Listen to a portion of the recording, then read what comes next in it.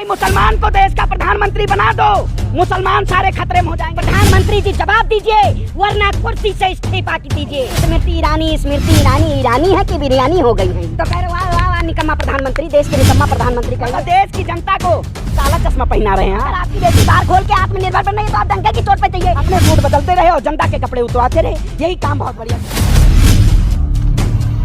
अरे भाई सरकार आपकी है, लगाम आपने खींच रखी है, तो आपको क्या जरूरत है? और देश की जनता को बीड़ियों में आप बदलना चाहते हैं। मैं कहता हूं तानाशाह प्रधानमंत्री इन्होंने संसद में बैन किया है, लेकिन हम मुंह तोड़ कहते हैं कि तानाशाही करने का काम किया है। अगर ऐसे तानाशाही लोग अगर सत्ता में बैठेंगे तो कहीं ना कहीं देश का बनता तो लोग सड़कों पे नहीं आते लगता। अच्छा आप कहते रहे हो हिंदू जागो, हिंदू को डरा के बैठाए हुए हो, आप डरा के सत्ता में रहना चाहते हो। अगर हिंदू वाकई में डर से बाहर आ गया तो ये जो 7 लोग कल्याण मार्ग पे बैठी हुई ये जो मूक बधिर सरकार है इसकी आंखें खुल जाएंगी और प्रधानमंत्री जी सीधे झोला उठाएंगे। सरकार की आवाज तो दूर दूर तक पहुंच रही है। प्रधानमंत्री क्या मूक बधिर क्या अंतर्राष्ट्रीय लेवल पे बीजेपी का कार्यालय खुलवा रहे हो क्या? श्रीलंका में भी सबसे बड़ी बात आपने श्रीलंका में भी खुलवाया था, तभी श्रीलंका कंगाल हो गया। तालियां बजती है जब मोदी जी हाँ तो कह रहे वाह वाह निकम्मा प्रधानमंत्री, देश के निकम्मा प्रधानमंत्री कहेंगे। वाह भाई आपकी होती होगी, आपने विश्व को विश्व गुरु बनाने का काम किया था, इन्होंने विश्व गुरु बनाने का काम किया।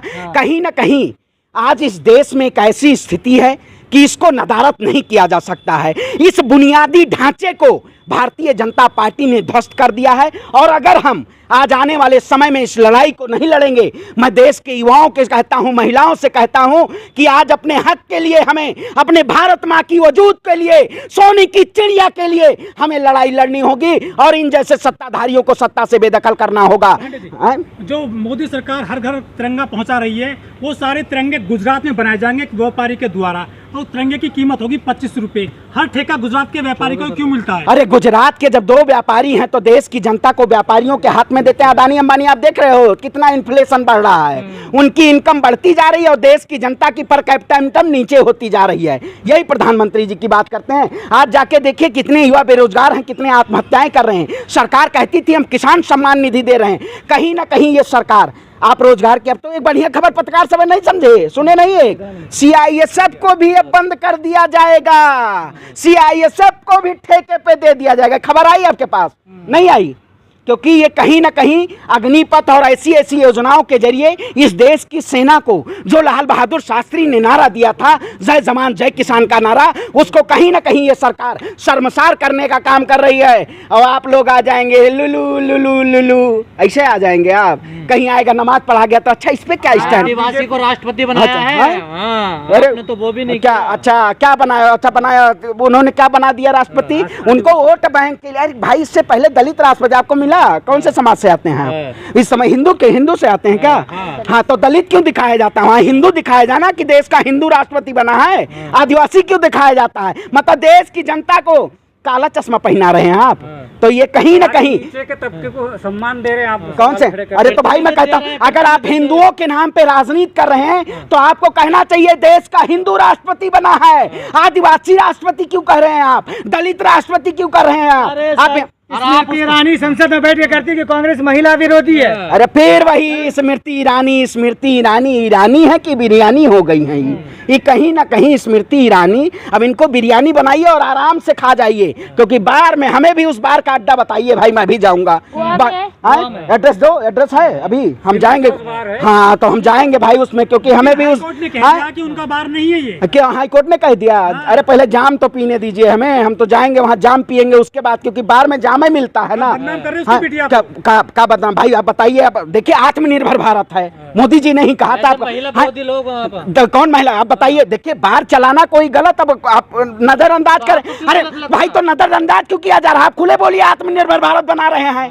भारतीय जनता पार्टी कह रही है आत्मनिर्भर बना रहे हैं, तो अगर आपकी बेटी बाहर खोल के आत्मनिर्भर बन रही है तो आप डंके की चोट पे चाहिए। आप तो कहते हैं भारतीय जनता पार्टी के शासनकाल में डंके की चोट पे बोला जाता है। कांग्रेस के नेता कह रहे हैं कि ये राष्ट्रपति नहीं है, राष्ट्रपति को देखिए कितना बड़ा देखिए भारतीय जनता पार्टी मुद्दा बना के और इस देश में एक ऐसे मुद्दे को, गले मुद्दे को उखाड़ के कि कहीं जनता महंगाई पे, बेरोजगारी पे, शिक्षा पे, स्वास्थ्य पे ना बात कर पाए और कुरान और अजान पे फिर से चलाए, उसी पे आप लाना चाहते हैं। लेकिन अब देश की जनता कुरान अजान पे नहीं बात करेगी, इस सरकार से मुद्दे पे बात करेगी।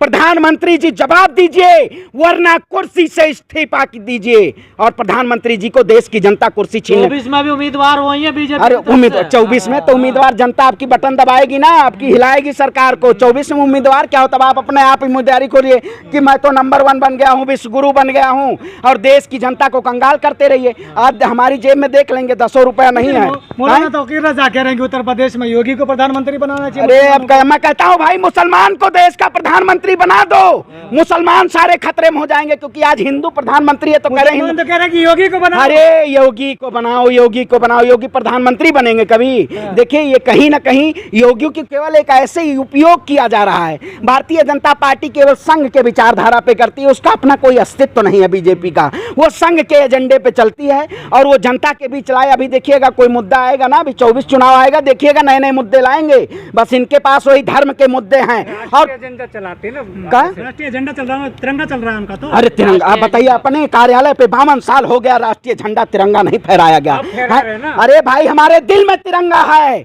हम तिरंगा शान मानते हैं, लेकिन राष्ट्रवाद के नाम पे देश की जनता का खून नहीं चूसने का काम करते हैं। तिरंगा यात्रा से अरे भाई मैं तिरंगा तो जान है हमारी, हम तो तिरंगे के कफन में लपटाना चाहते हैं। बीजेपी के देखिए आप बताइए, बीजेपी अब राम के नाम पे लूटी तो क्या हम राम के साथ नहीं हैं? वो राम के नाम पे लूटने का काम किए, उन्होंने धर्म के नाम पे, आस्था के नाम पे लूटने का काम किया। तिरंगा हमारी शान है और वो सबके घर पे फहराता है, सबके दिल में फहराता है। लेकिन भारतीय जनता पार्टी उसको एक एजेंडा बना के और उसको सिर्फ इस देश में धार्मिक तुष्टीकरण करना चाहती है। देश के ऐसे प्रधानमंत्री हैं जो धर्म के नाम पे इस देश की जनता को बरगलाना चाहते हैं। पांडे जी, जो मुद्दे उठा रही है बीजेपी, वो कांग्रेस या विपक्षी क्यों नहीं उठा पाते हैं? देखिए आप बताइए, जिस तरह से वही तो कहते हैं, मैं कहता हूं विपक्षी जो पार्टियां हैं उनके घर में हर एक ऐसा व्यक्ति होना चाहिए, क्योंकि आरएसएस के नाम पे तो ब्रेन वॉश कर दिया गया है। अब इंटेलेक्चुअल लोगों का केवल सरकार ब्रेन वॉश नहीं कर पा रही है, जो लोग इस देश में आवाज उठा रहे हैं, मुद्दों की आवाज उठा रहे हैं, वरना डरा के धमका के हमारे पीछे, हमारे बताइए इतनी धमकियां आती हैं। क्या ऐसी तानाशाही सरकार में आप बोलना, आपको अभिव्यक्ति की आजादी नहीं, आप बोल नहीं सकते हैं? हम अपने हक को, ये नहीं होता लोकतंत्र। लोकतंत्र में अधिकार मांगना भी लोकतंत्र है। ये नहीं है सिर्फ उंगली दिखा दीजिए कि मैंने लोकतंत्र बचाने के लिए वोट कर दिया। लोकतंत्र बचाने के लिए अपने अधिकारों को भी मांगना जरूरी होता है, उसके लिए आवाज चाहिए। और अगर आवाज के दम से इस सरकार से लोकतंत्र है बचा तो विरोधी करते रहोगे हमेशा, कभी तारीफ भी कर दिया कौन सा काम, कौन हाँ काम बढ़िया किया, सूट बदलते रहे दिन भर, बहुत बढ़िया काम किया मोदी जी ने, अपने सूट बदलते रहे और जनता के कपड़े उतरवाते रहे, यही काम बहुत बढ़िया किया है। आप भी जाइएगा प्रधानमंत्री एक्सप्रेस वे बना रहे तो हाँ खुद, अरे एक्सप्रेस वे देख नहीं रहे हो, उसका एक दिन उद्घाटन करके आए, दूसरे दिन उस पे खुद गया। मुझे लगा रात में योगी जी बुलडोजर तो नहीं चलवा दिए थे उस पे। जो मोदी सरकार ने 2019 से 2022 तक 119 चीनी लोगों को, चीनी सिटीजन्स को बाहर करने का नोटिस दे दिया है। देखिए बड़ा काम किया है। आप बताइए, इस देश में आपने डेटा उठा के देखा, सबसे ज्यादा जो भारत की राष्ट्रीयता छोड़ने के लिए कितने लोग आप बताइए देखे होंगे? सबसे ज्यादा भी उन्होंने जो क्या बोल रहे हैं, विदेश मंत्री जो वहाँ पे वो हुआ संसद भवन में, आप बताइए संसद भवन में मुद्दों की तो बात नहीं होती। सबसे ज्यादा 2014 के बाद भारत की नागरिकता छोड़े हैं लोग। आखिर इसमें किसकी जिम्मेदारी? अभी तो नहीं है कोई नानी से नाराज हो गया इसलिए भारत को छोड़ दिया, कोई चाचा से नाराज हो गया इसलिए भारत को छोड़ दिया। अरे भाई देश में बेरोजगारी का आलम ऐसा है। अब आप बताइए, नानी आपको चीनी में रस घोल के नहीं पिलाई तो हम नाराज होकर भारत छोड़ देंगे? तो ये शायद अंधभक्तों को लगता हो कि इसीलिए उन्होंने भारत छोड़ा है। लेकिन कहीं ना कहीं भारत में एक ऐसी परिस्थिति बनी हुई है कि इस देश की राजनीति में एक ऐसा भूचाल आने वाला है कि इस सत्ता को पलटने का काम किया जाएगा।